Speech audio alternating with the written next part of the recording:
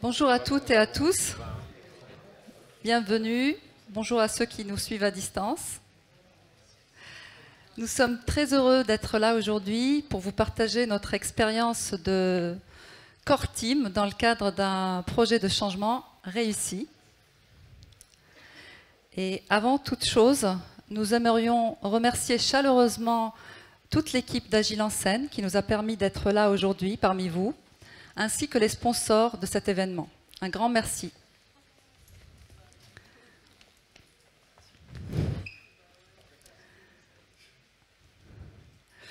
Permettez-moi de vous présenter Nakwin Nguyendo. Nakwin est une spécialiste de l'agilité. Elle accompagne aujourd'hui les équipes IT et métiers pour les aider à atteindre leurs ambitions stratégiques de transformation en suivant les valeurs, les principes et l'état d'esprit de l'agilité à l'échelle. Nakwin est passionnée de cuisine et de natation. Bonjour à toutes et à tous. Vous allez bien? Je vais vous présenter Jean-Pierre. Jean-Pierre est expert en gestion du changement et Jean-Pierre accompagne les programmes de transformation managériale et culturelle dans un grand groupe bancaire. Et depuis plus de 30 ans, il alterne donc le management de succursales, de plateformes bancaires et de grands projets informatiques et organisationnels. Sur le plan perso, Jean-Pierre est passionné de vélo. Il a 2 grands garçons qui travaillent à Hong Kong et à Paris. Merci beaucoup Nakwin. C'est à moi de vous présenter Saba. Saba qui est une experte reconnue en lean management. Elle développe ses compétences et tout son talent pour ancrer la culture de l'amélioration continue auprès des managers et auprès de leurs équipes. Elle met toute son énergie légendaire et toute son expertise pour aider les organisations à se transformer de manière durable. Et à titre personnel, Saba appréhende souvent de parler en public, mais elle se soigne, hein, donc aujourd'hui elle est devant vous. Voilà.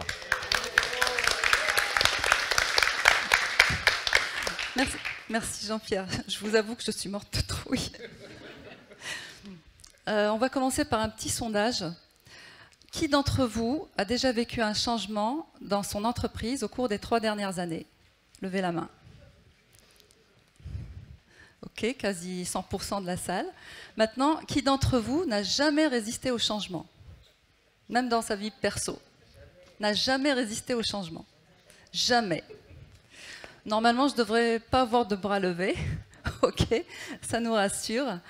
Et déjà, on n'est pas les seuls. Et puis surtout, c'est la preuve que le changement est permanent et partout, aussi bien dans nos vies professionnelles que personnelles. Il y a environ 1 an et demi, dans le cadre de la transformation du modèle opérationnel d'une business unit d'un grand groupe bancaire, il nous a été demandé de lancer une démarche pour accompagner le changement. L'idée de cette transfo était de passer d'un modèle traditionnel organisé en filières d'expertise vers un modèle plus transverse, plus agile, organisé en chaîne de valeur. Et d'en profiter pour transformer la culture, pour faire évoluer les mindsets vers plus de responsabilisation et plus d'autonomie.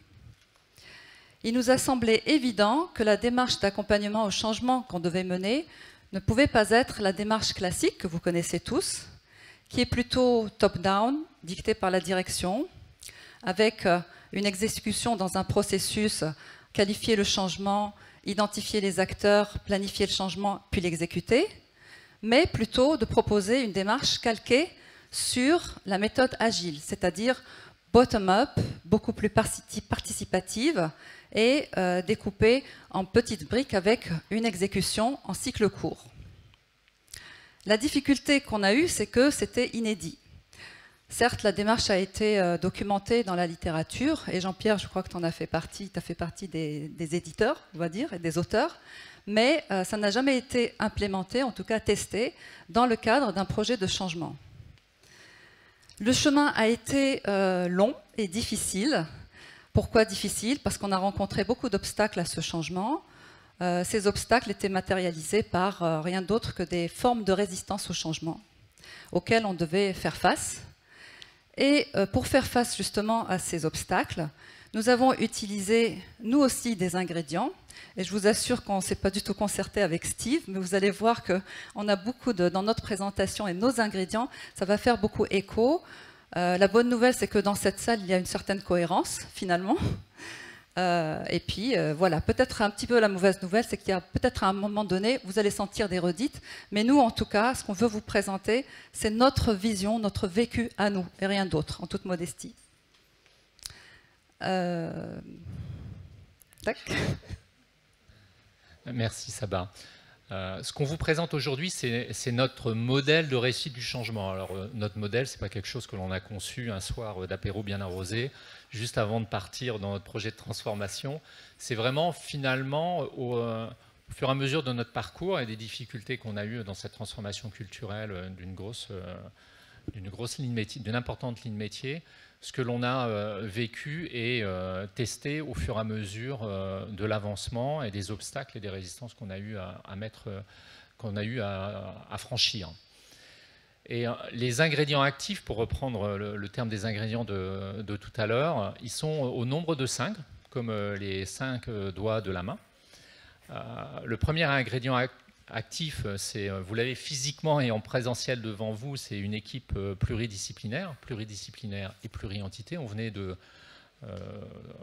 d'endroits dans l'organisation qui étaient très séparés, voire très éloignés culturellement et dans les objectifs, et pluridisciplinaire, puisque chacun d'entre nous venait avec des disciplines très différentes, le Lean, très différentes mais complémentaires, le Lean, l'Agile et le Change Management. Et une équipe pluridisciplinaire, pourquoi ? Pour conjuguer, dans une transformation un peu compliquée, pour conjuguer la complémentarité de chacune des disciplines, des outils, des démarches et de l'état d'esprit que portent ces disciplines. Et puis plurientité, parce que pour casser les silos et incarner aussi le fait que si on voulait réussir, vous verrez après, on le verra dans chacun des exemples, mais on a au-delà d'incarner ces ingrédients, on les a diffusés et fait prendre dans les équipes parties prenantes. Le deuxième ingrédient est l'équation de la confiance. On en a parlé tout à l'heure dans la conférence précédente. Équation de la confiance parce que c'est un ingrédient puissant pour lever les résistances, pour franchir des obstacles et aussi pour faire naître un climat de bienveillance. On parle beaucoup de bienveillance, un climat de bienveillance et de sérénité dans un contexte plutôt agité où finalement les tensions sont fortes, notamment dans les grands groupes soumis à des grosses pressions de réorganisation. Le troisième ingrédient actif était le growth mindset, c'est-à-dire le changement d'état d'esprit et surtout la volonté de s'enrichir perpétuellement. On l'incarnait puisque chacun d'entre nous voulait s'enrichir des disciplines de l'autre. Et puis aussi que l'équipe projet et les parties prenantes de la transformation de la business line aient cet état d'esprit de continuellement s'enrichir, que ce soit à titre individuel ou à titre collectif. Le quatrième ingrédient, on en a parlé tout à l'heure, collaboration et coopération. Ça va vous dire un petit peu plus comment nous, on a vécu en tout cas ces deux éléments. C'était absolument important pour embarquer les parties prenantes. C'est une technique du change assez classique de collaborer et coopérer. Et puis c'était aussi pour, comme je vous l'ai dit tout à l'heure, pour casser les silos. Enfin, la cinquième, at last but not at least, le courage et la prise de risque. Dans une organisation où les jeux d'acteurs, et vous devez le vivre vous-même dans vos transformations et les résistances ne sont pas nulles, il faut à un moment donné oser déplacer un peu le statu quo ou aller un peu déranger un peu les biais cognitifs, je dirais, de nos décideurs et aller au-delà de ce qu'ils attendent généralement. Merci. Je vais vous parler rapidement du premier ingrédient, l'équipe pluridisciplinaire. Vous avez l'image d'un trio de musique de chambre. Il y a un grand auteur de conduite du changement qui s'appelle François Pichot, qui est un des grands sociologues du change, qui est un Belge, et qui parle de changement polyphonique. Il dit vraiment la bonne image du changement, la meilleure manière de conduire le changement, c'est pas panoptique, comme on surveille une prison, mais c'est bien polyphonique, c'est-à-dire c'est un trio, un quatuor, ou peut-être si vous êtes plus nombreux, un orchestre de jazz, où finalement les instruments sont très complémentaires. Il n'y a pas forcément de chef. Le sens dans cette histoire, c'est en fait l'harmonie. C'est ce qu'ils veulent faire. Et les gens vont agir avec complémentarité. C'est ce qu'on a essayé d'incarner, chacun avec notre discipline. Donc, ce n'était pas un violoncelle, un piano et un violon. C'était le lean, l'agile et la conduite du changement. Mais c'était bien cette image de pluridisciplinarité, mais aussi de pluri-entité. Le fait de venir vraiment de silos, de départements, de cultures organisationnelles très différentes a été quelque chose d'important. On vous a repris la phrase de l'auteur de la 5e discipline sur les entreprises auto-apprenantes. C'était vraiment de transformer nos attitudes, l'attitude sur chacun de nos disciplines en opportunités d'apprentissage entre nous déjà et avec les parties prenantes que l'on a embarquées dans ce beau voyage. Voilà. Être pluridisciplinaire et pluriidentité, je vous l'ai dit, c'était les 3 disciplines complémentaires de l'agile, du lean et du change. Mais il y avait bien quelque chose d'unique. C'est un peu comme cette histoire il y a un seul morceau de musique finalement dans cette histoire. Le socle commun, c'est l'envie de progresser, chacun d'entre nous. L'envie de s'améliorer en continu, pour faire référence à ce qui est cher à Sabat. Des valeurs partagées autour de la bienveillance, de la centricité sur l'être humain, et sur un nouvel état d'esprit, remettre finalement l'individu au cœur. On le dit souvent, mais encore faut-il le démontrer ou en tout moins l'incarner. Et puis un modèle de gouvernance autogérée où là, on sortait un peu du cadre, puisqu'on ne voulait pas de chef entre nous, on ne voulait pas de chef dans ce stream de change sur un gros programme de transfo. On reprenait vraiment à notre image cette idée de trio, de quatuor ou d'orchestre de jazz qui est capable de s'autogérer sans chef à la baguette de type Karajan.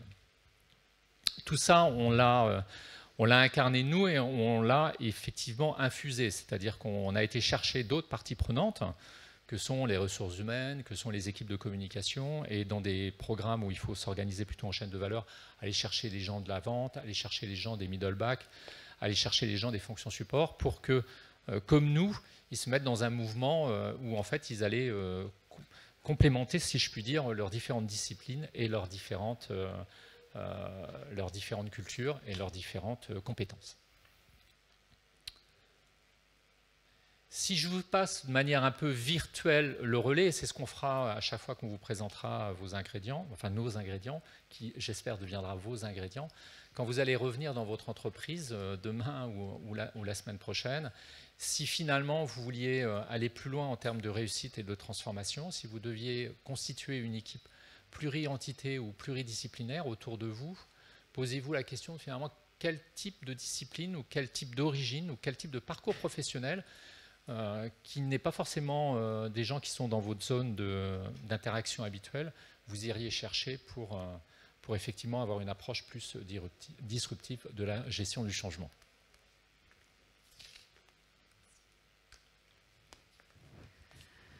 À ce premier ingrédient, bâtir une équipe pluridisciplinaire et décilotée, s'ajoute notre deuxième ingrédient du modèle, respecter l'équation de la confiance. La confiance, disait Jean-Paul Sartre, se gagne en gouttes et se perd en litres. C'est dire à quel point cette notion est importante. Qu'est-ce qui fait que vous fassiez confiance à une personne plutôt qu'à une autre ?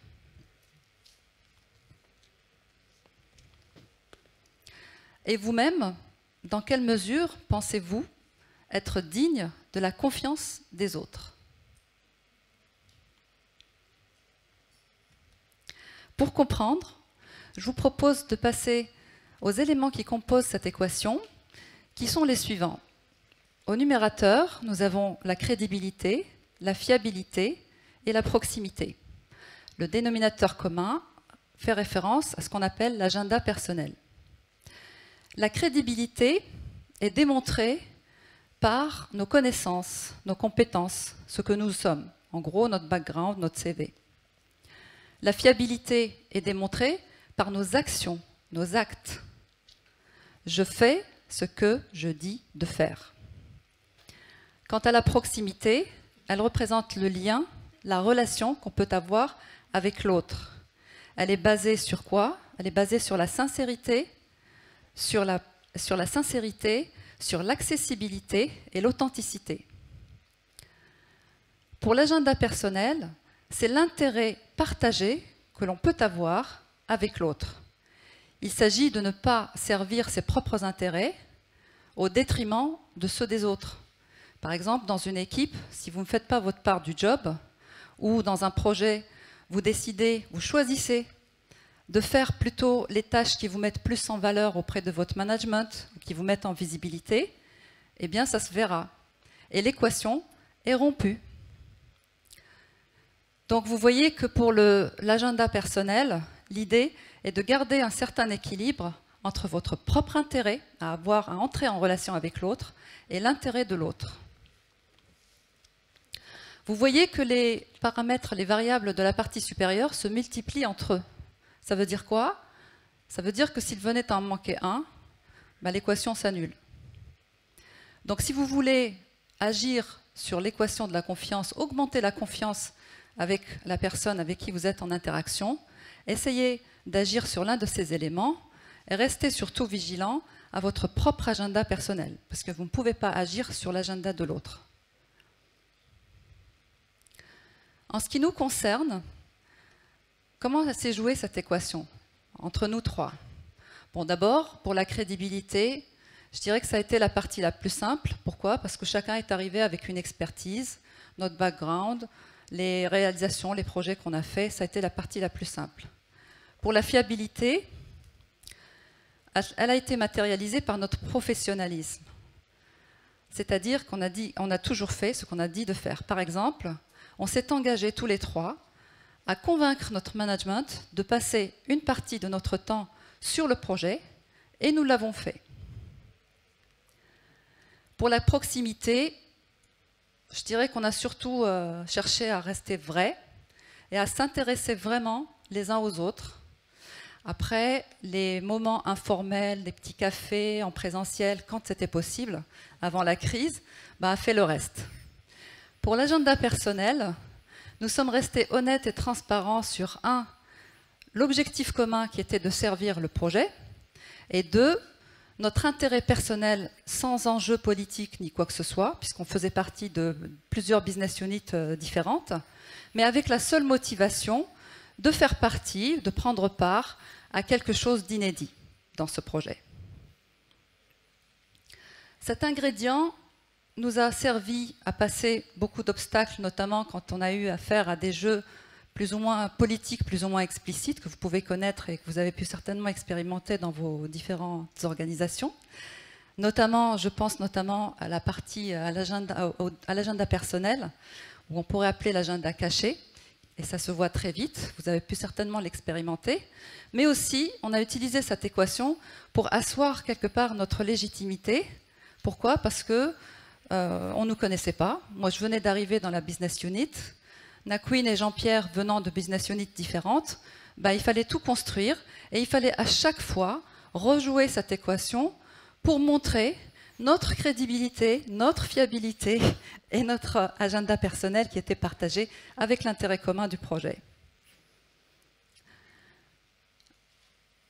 Ça, c'est ce qui nous concernait. Je voulais juste attirer votre attention sur le fait que la confiance, ce n'est pas quelque chose qui est posé et plaqué dans le temps, comme ça, en une fois, mais c'est l'affaire de tous les jours. Donc, à chaque fois, c'est quelque chose de dynamique. Donc, chaque fois que nous, en tout cas, on a senti, que ce soit avec nos partenaires ou même entre nous, on a senti quelque chose, un malaise, on regardait, on examinait ce qui n'allait pas et on agissait sur les paramètres pour l'augmenter, pour pouvoir revenir sur quelque chose d'équilibré dans la relation. Mais au-delà de notre expérience à nous, question pour vous de réflexion, et vous, dans votre propre contexte, qu'avez-vous besoin de développer pour renforcer la confiance dans votre équipe?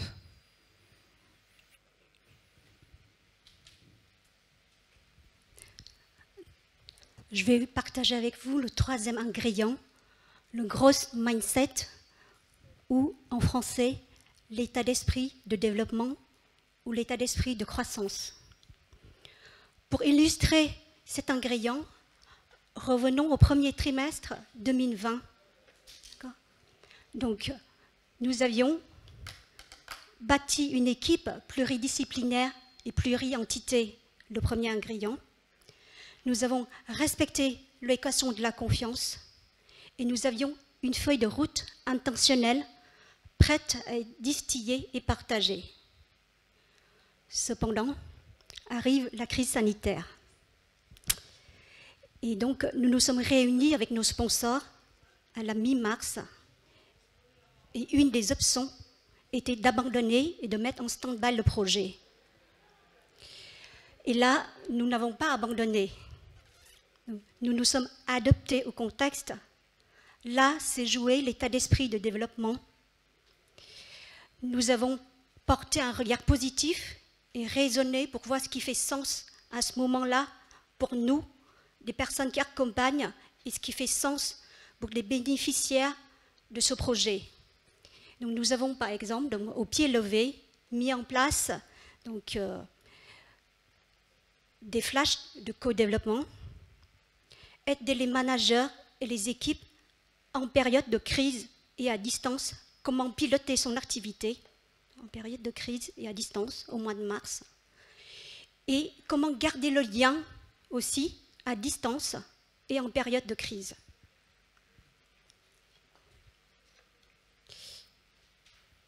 Donc, notre arme la plus puissante, c'est l'état d'esprit de croissance. On ne peut pas parler de cet ingrédient sans citer Karen Dweck, DWECK. C'est une professeure de psychologie sociale à l'université de Stanford à qui l'on doit ce concept. Pendant 20 ans, sa recherche a montré que le point de vue qu'on adopte sur nous change profondément la manière dont nous conduisons notre propre vie. On peut se poser la question, comment est-ce possible? Comment cela se fait-il qu'une simple croyance peut avoir un impact sur notre manière de conduire notre vie? Au fait, c'est assez simple. Au fait, c'est basé sur la croyance que nos qualités fondamentales sont des choses que l'on peut développer, qu'on peut travailler. D'accord? On est tous, vous, nous et moi-même, bien différents, de différentes façons, que ce soit par nos aptitudes innées, par nos comportements, par nos intérêts. Pourtant, il est possible de changer et se développer par le travail et l'effort. Du coup, la croyance dans le fait que ces qualités puissent être développées, et ça crée une passion pour l'apprentissage. Donc, ce matin, on a vu Céline Roche évoquer le fait d'apprendre à apprendre. Donc, pourquoi gaspiller notre temps à prouver encore à quoi on est bon alors qu'on peut devenir meilleur? Et donc, la dernière chose, c'est que cette volonté de tenir bon et de progresser, ça fait que ça nous fait sortir des situations difficiles, souvent. C'est même la marque de fabrique de l'état d'esprit de croissance. Donc, c'est cet état d'esprit qui permet à ces personnes à réussir dans les moments les plus difficiles de leur vie. Et nous parlons en connaissance de cause, sans forcément tout vous dévoiler ce qu'on a vécu. Et donc, ce qu'on propose, c'est une compétence, une nouvelle compétence à développer pour les leaders d'aujourd'hui et de demain. Et donc, à chaque fois, nous l'avons incarné, l'ingrédient, à notre niveau, le trio. Ensuite, nous avons infusé à l'équipe élargie, puis diffusée à l'ensemble des parties prenantes.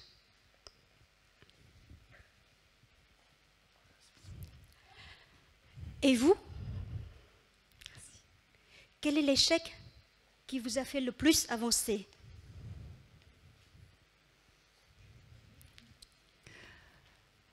Donc, premier ingrédient de notre modèle, bâtir une équipe pluridisciplinaire décilotée. Deuxièmement, respecter l'équation de la confiance. Troisièmement, faire preuve de growth mindset. Quatrième ingrédient, le couple collaboration-coopération. On en vient à faire le lien avec la conférence de tout à l'heure de Steve. Et je crois qu'il y a une dame qui a regardé sur Internet. Eh bien, on a pris exactement cette définition. Collaborer, c'est travailler ensemble pour un produit commun. Coopérer, travailler intelligemment ensemble dans un but commun. Ça paraît assez simpliste et assez peu convaincant. J'aimerais revenir sur la photo précédente. Je ne sais pas si vous savez ce que c'est. Quelqu'un sait? Exactement, c'est un vol des tourneaux, c'est une nuée des tourneaux. Cette photo a été prise en Irlande, au-dessus d'un lac. Chaque soir, en fin de journée, les étourneaux se réunissent. Ils viennent au-dessus de ce lac, ils collaborent pour former une sorte de chorégraphie extraordinaire. Et quand ils décident de coopérer, eh bien ça donne ceci. Ça donne cette méga forme, méga structure qui ressemble, je ne sais pas si vous le voyez, mais ça ressemble à un oiseau géant qui, selon les scientifiques, éloigne, effraie en tout cas, leur principal prédateur qui est le faucon pèlerin. C'était pour illustrer de notre point de vue, évidemment, encore une fois, la limite, la frontière est assez subtile et puis on pourrait en discuter mais des heures et je pense que ça pourrait être dans le prolongement même de ton cahier des 100 jours pour collaborer. Mais aujourd'hui, en tout cas, tout humblement, on voudrait vous partager notre vision à nous de comment on l'a vécu nous-mêmes en fait. La collaboration, pour nous, elle est conditionnée, elle est régie, elle est conditionnée par des règles, par un système, par du management, par une organisation. Ce n'est pas pour rien qu'on nous appelle collaborateurs dans nos entreprises. Hein. Tous, on est collaborateurs. Là où la coopération ne l'est pas. La coopération, pour nous, c'est un acte délibéré et sans condition de participer, de contribuer à quelque chose de plus grand, quelque chose dont on ne connaît pas d'ailleurs le résultat a priori. On ne sait pas, on n'en connaît pas la finalité. On est juste motivé par l'envie de se donner, de se dépasser pour ce quelque chose de plus grand. En ce qui nous concerne, dans notre expérience, déjà, la collaboration, on a commencé par ça. On a commencé par faire collaborer nos différentes business units.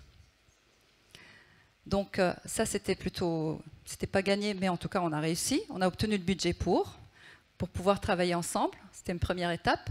Ensuite, on est allé plus loin, on est allé au-delà et on a mis en commun notre volonté de co-construire un nouveau modèle d'accompagnement des collaborateurs et des managers pour la business unit concernée et sans avoir de directive, sans savoir finalement si ça allait prendre ou pas, quelle en était la finalité. Et le résultat est que non seulement le modèle a été accepté, mais adopté et il est en service actuellement, aujourd'hui, puisque le programme n'est pas terminé. Pour nous, ce qui a été le plus important pour jouer cette coopération, ce sont ces attributs. Je crois que Céline Roche a parlé ce matin de ciel avec la vision et puis le sol avec les valeurs. Eh bien nous, ce qu'on a mis en commun et ce qui nous a permis de dépasser et de faire développer surtout la coopération, ça a été nos valeurs communes et surtout une co-responsabilisation et un co-engagement sans faille vis-à-vis du projet. Question pour vous de réflexion. Que pourriez-vous faire, vous, dans vos propres contextes, si vous deviez maximiser la coopération? Donc aller au-delà de la collaboration.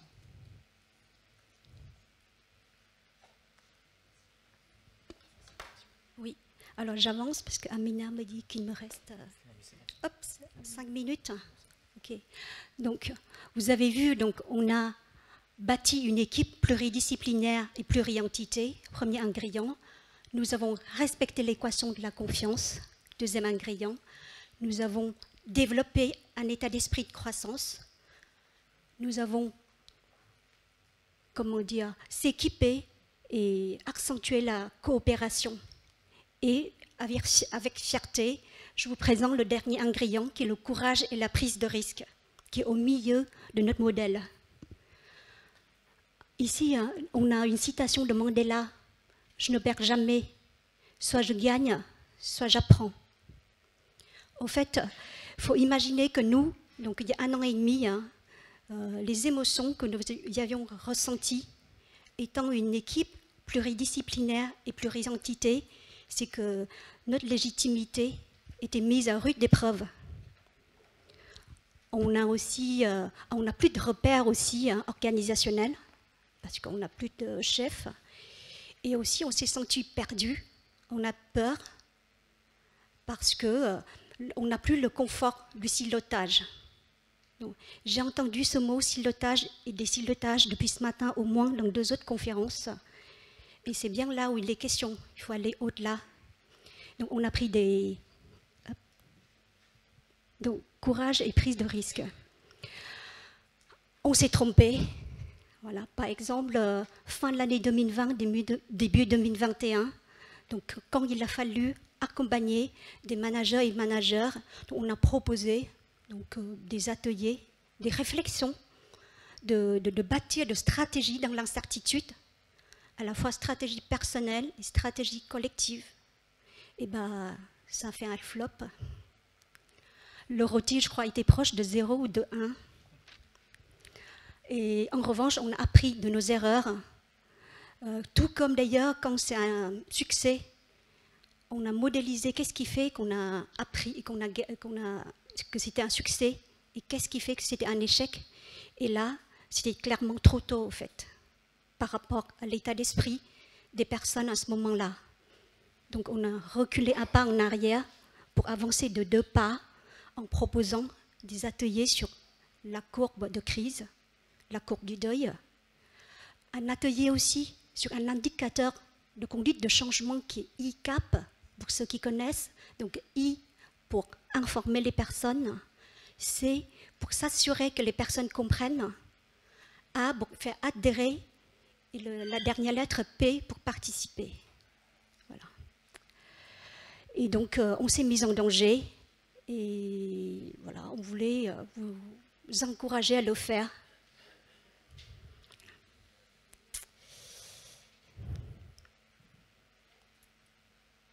Et vous, dans votre environnement, quel risque avez-vous déjà pris et qui pourrait vous servir à l'avenir ?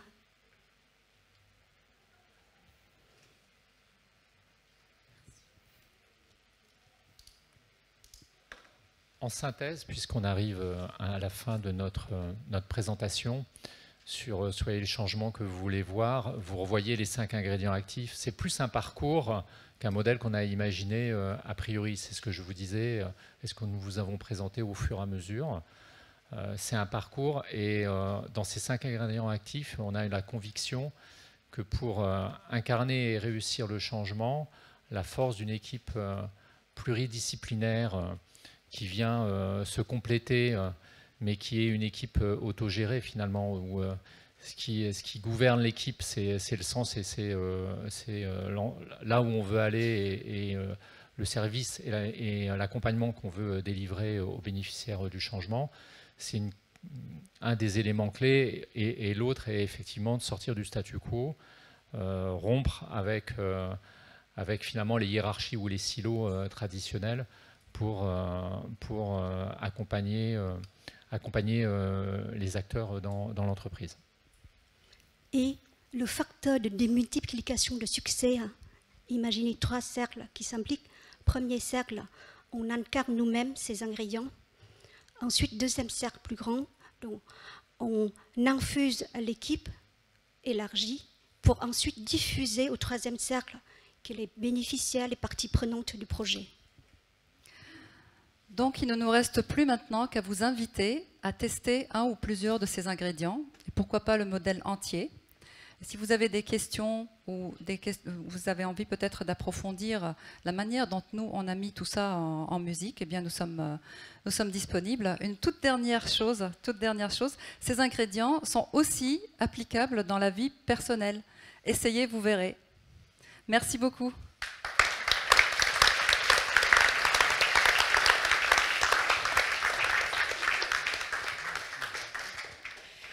Merci à vous trois pour ce talk.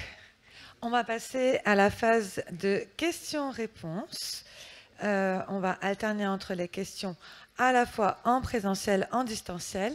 En distanciel, il n'y en a pas, n'hésitez pas à utiliser le chat. Donc on va commencer par la salle. Qui a envie de dire quelque chose?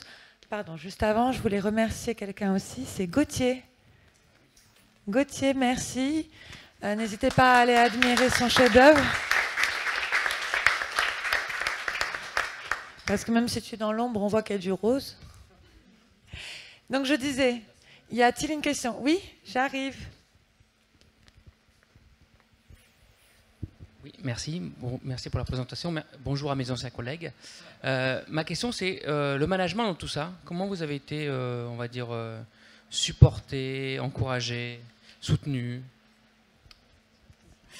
La chance qu'on a eue, c'est qu'on a un co-sponsoring dans le programme qui est composé, qui est une double tête, on va dire, d'une partie du business, donc c'est un membre de l'exco du business, et le DRH, la personne qui est responsable des ressources humaines.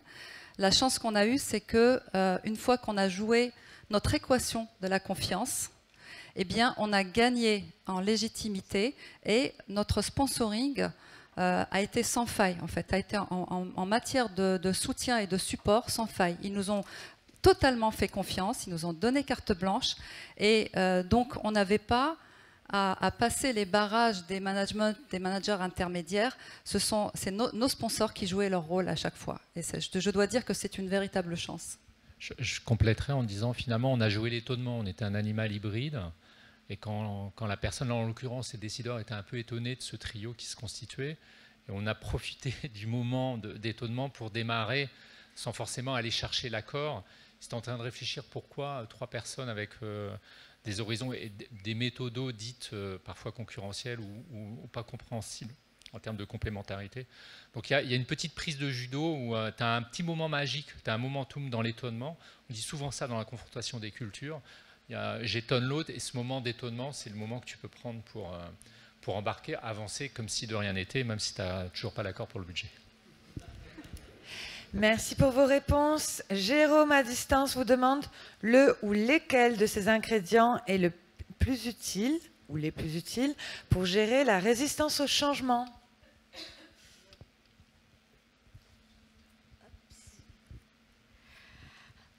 Alors, s'il faut choisir un, je dirais une grosse mindset, l'état d'esprit de développement.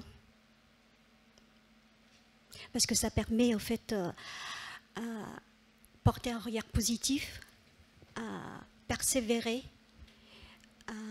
le travail et l'effort et la récompense du travail et de l'effort.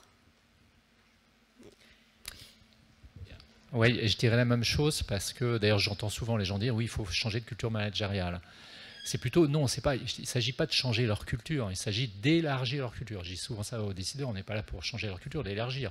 Ils sont forts sur la culture du devoir, ils sont forts sur la culture de mettre en place des projets en mettant en œuvre. Il s'agit qu'ils aillent sur d'autres champs et qu'ils se rendent compte qu'il y a d'autres cultures qui vont leur permettre de résoudre ou de manager des sujets beaucoup plus complexes où leur culture existante n'est pas suffisante. C'est comme d'apprendre de nouvelles langues pour pouvoir être plus mobile ou agile dans des pays différents. Et ça, c'est bien un état d'esprit de grosse mindset, comme dit. Et c'est ça qui va faire lever les résistances, parce qu'ils vont aller découvrir des territoires culturels ou des champs culturels différents, qui fait que là aussi, vous visez l'étonnement et qui fait que vous les mettez en marche. Et en plus, vous leur montrez qu'il y a d'autres solutions ailleurs. Merci pour votre réponse. Encore une question à distance, cette fois-ci de Rafik. Comment garder le management mobilisé sur ce mode de travail lorsque les jalons projet ou la pression projet les poussent à revenir sur leurs réflexes habituels de management en top-down? Belle question. Merci Rafik. Rafik Bouguera, je te passe le bonjour. Je proposerais à Rafik de justement activer l'ensemble de ces ingrédients et on en reparlera dans 3 mois. Merci pour votre réponse. Non, je rigole, vous avez... On peut peut-être compléter si... Une autre question?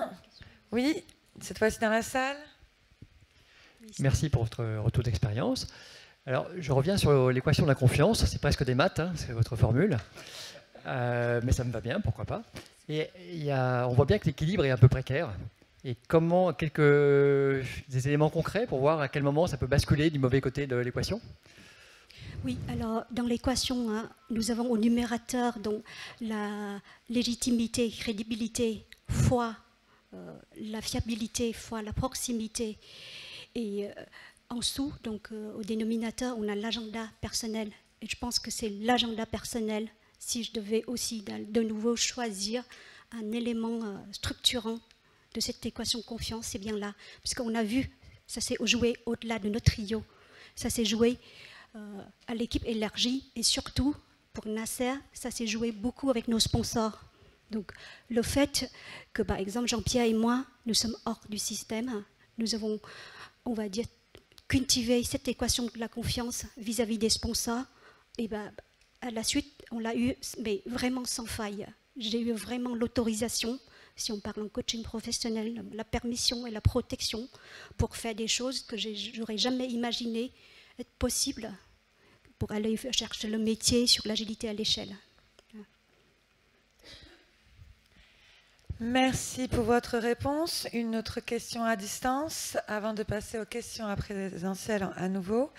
Cette fois-ci de Najat, pourriez-vous nous dire quelles améliorations ou quels gains concrets avez-vous obtenus grâce à ces ingrédients? Alors, je vais répondre partiellement parce que le projet n'est pas terminé. C'est un programme pluriannuel, hein, comme vous pouvez connaître hein, dans des transformations de ce type. Je dirais que pour nous, en tout cas, le principal succès, c'est que ce modèle ait été adopté et que ce n'est plus discutable. Aujourd'hui, il n'est pas question de revenir sur le modèle classique du changement avec l'identification, enfin la méthode classique. On a pu faire admettre notre modèle de changement en mode agile et on continue de le faire jouer, de le faire tourner. En fait. Merci pour votre réponse. J'ai vu qu'il y avait une question au premier rang. Oui, monsieur. D'une part, merci. Et quels sont encore les faucons pèlerins qui vous menacent? Et est-ce que vous allez vous en occuper ou est-ce que vous allez les laisser voler parce qu'en fait, vous n'allez pas mettre tout le monde en confiance? Ouais, je dirais que c'est l'affaire de tous les jours. Hein. Le couple collaboration-coopération, ça doit se susciter de façon dynamique et régulière. Et moi, j'attends, c'est pas pour faire une pirouette, mais je suis vraiment très intéressée par ton cahier pour aller au-delà et peut-être construire quelque chose qui va plus loin que ce qu'on a pu vous présenter, parce que vous savez, la coopération n'est pas quelque chose de naturel dans nos entreprises, au contraire. Et ce qui est légitime d'ailleurs, parce qu'il y a plusieurs freins à ça. Il y a le fait qu'on perde les repères. Hein. Dès qu'on sort de nos silos, il y a les pertes de repères organisationnels. On n'est pas très confortable avec ça. Il y a l'inconfort par rapport à de nouvelles méthodes, de nouvelles façons de travailler, de nouveaux modes de fonctionnement. Aussi la peur de perdre un chef. Vous savez, le parapluie qu'on lève toujours quand on est en difficulté. Ah, mon manager, ça aussi c'est un inconfort. Et puis tout simplement la peur de perdre sa propre légitimité dès qu'on sort de son silo. Donc tout ça fait que ce sont des freins à la coopération qu'on doit essayer en permanence de lever. Comment ? Encore une fois, en tout cas nous, hein, humblement dans notre manière de fonctionner, ça a été d'incarner à chaque fois, de revenir un peu by the book, quoi, de revenir sur nos propres fondamentaux, donc d'être exemplaires, d'incarner nous-mêmes la coopération. Et d'ailleurs, Nakwin a contribué sur en dehors du projet, elle a accepté de coopérer sur d'autres, on va dire, mini-projets, juste comme ça, pour aider, pareil, sans avoir d'intérêt particulier au sujet. Et donc, c'est comme ça que la dynamique et, j'ai envie de dire, le cercle vertueux se met en place. Mais c'est l'affaire de tous les jours et c'est sur le long terme. Merci pour votre réponse. Encore une question? Oui.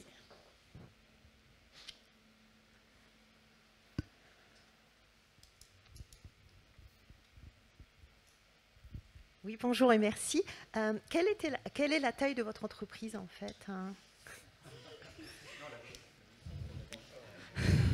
À peu près Ouais. plus de 100 000 personnes. D'accord, merci. La BU, plus de 5 000. Merci. Encore une dernière ou... Non. Juste une précision aussi, parce qu'en termes d'années d'existence, c'est plus de 150 ans, quoi. Ça joue dans tout ce qui est conduite du changement. Je rappelle que c'est filmé, nous ne citerons rien. Je vais rajouter juste 2 mots sur la question de tout à l'heure, sur ce que moi j'appelle la restauration. La question qui était, c'est bien, on fait de l'agilité, on a des managers qui nous suivent à un moment donné, c'est un peu retour à l'arrière, c'est le retour du conservatisme. Alors comme je dis souvent aux équipes, ah oui, c'est après la révolution, il y a toujours la restauration.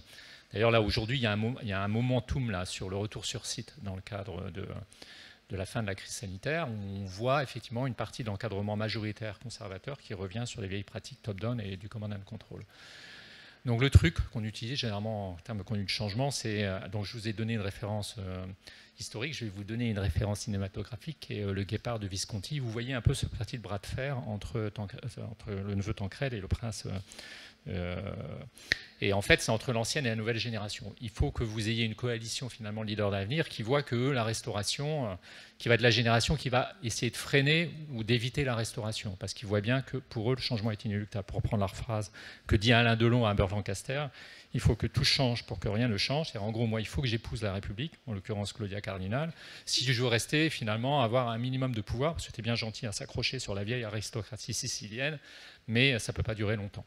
Donc toujours dans nos projets, on essaie toujours d'avoir un exco qui va être conservateur. L'exco d'une entreprise est toujours conservatrice, mais de mettre un groupe filtre, un groupe de leaders d'avenir, un groupe de pionniers, qui lui va faire du lobbying par rapport à leur parrain naturel. Et leur parrain naturel étant, un peu comme Bert Lancaster vis-à-vis d'Alain Delon, ont du mal à leur dire non et à aller finalement pas trop loin dans la restauration. Voilà, c'était un début de réponse. Merci beaucoup. Je vous propose de passer la dernière slide, s'il vous plaît. La slide préférée pour la conférence, c'est celle où on prend une jolie photo avec son QR code. Oui, vous pouvez le faire aussi à distance. N'oubliez pas, les speakers adorent les feedbacks bienveillants et constructifs. C'est encore aux speakers.